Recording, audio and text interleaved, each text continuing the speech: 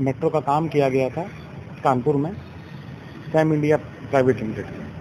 Sam India द्वारा हमारा payment करीब 2 सालों से नहीं दिया जा रहा है और उनसे हम लोग उनके पास जाते हैं तो वो यही कहते हैं कि हम नहीं देंगे पेमेंट।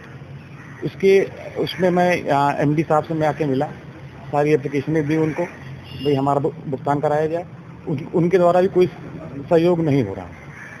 नहीं, आखिर में इसकी वजह क्या है, सहयोग नहीं कर रहे हैं? अब ये तो वही जाने। अब हम लोग के द्वारा कई बार सब दिया गया, कई कमेटियां बनी, वहाँ के जो पीडी साहब थे उन्होंने भी हमको बना करके दिया। ये एक लेटर है जो 10 करोड़ का हमने काम किया हुआ है वहाँ पे, उसके बावजूद भी कोई भुगतान नहीं। एक महत्वपूर्ण बात आपने कही कि कमेटी गठित की गई थी जांच के लिए, तो कमेटी जो गठित की थी उसमें रिपोर्ट क्या लगाई?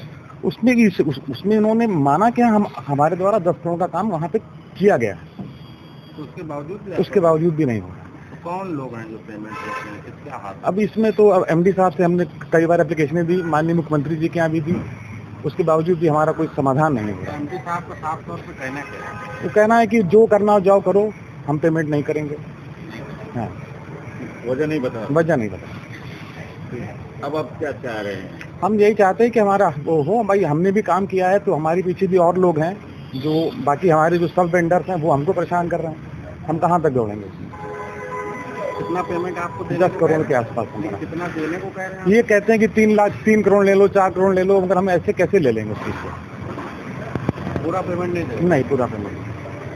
तो अब हम क्या ही बताएं, इसमें तो हम तो चारों तरफ से थक हार चुके हैं।